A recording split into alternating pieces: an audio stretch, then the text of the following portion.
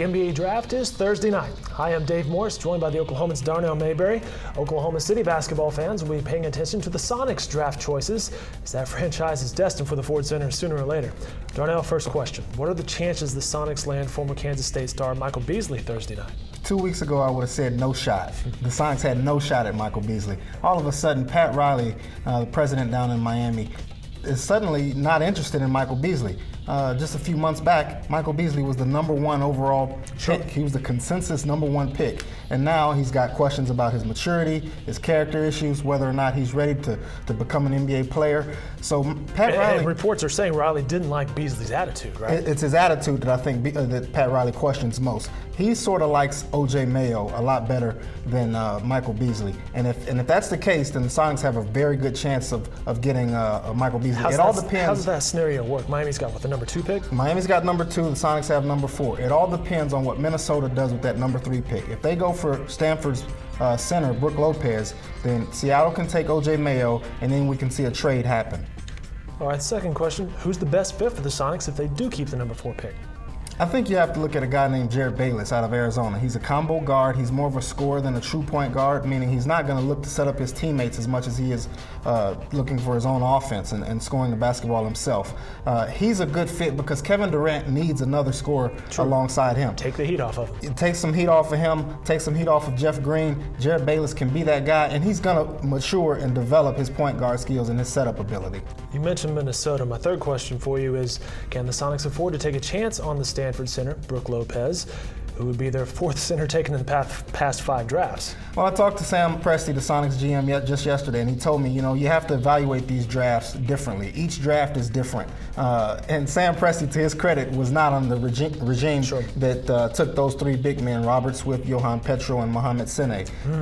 They have career averages of 5.1 points and 4.0 rebounds in like 333 games. So it's not good for that trio of big men.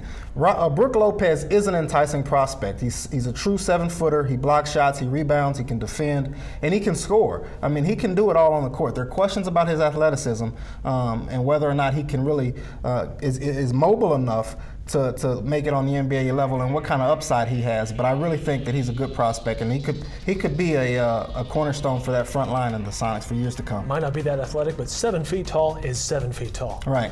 All right, the Sonics had the #4 pick. They also had the #24 pick.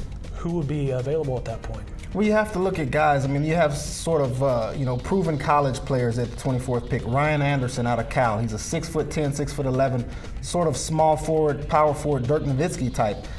That's a stretch. He's not Dirk Nowitzki, but he can shoot the ball. He averaged about 21 and 10, 21 and 11 at Cal this year. He's the leading scorer in the Pac-10, I believe. So you look at him, you look at Chris Douglas-Roberts, who's on that high-profile Memphis team, a shooting guard. The Sonics also need help at shooting guard, and Chris Douglas-Roberts might be available at 24. If they don't go with guys like that, they can go with upside, potential guys in J.J. Hickson, NC State's power forward, Robin Lopez, the twin brother of Brook, who's more of a defensive-oriented player, but he could come in and help the Sonics also.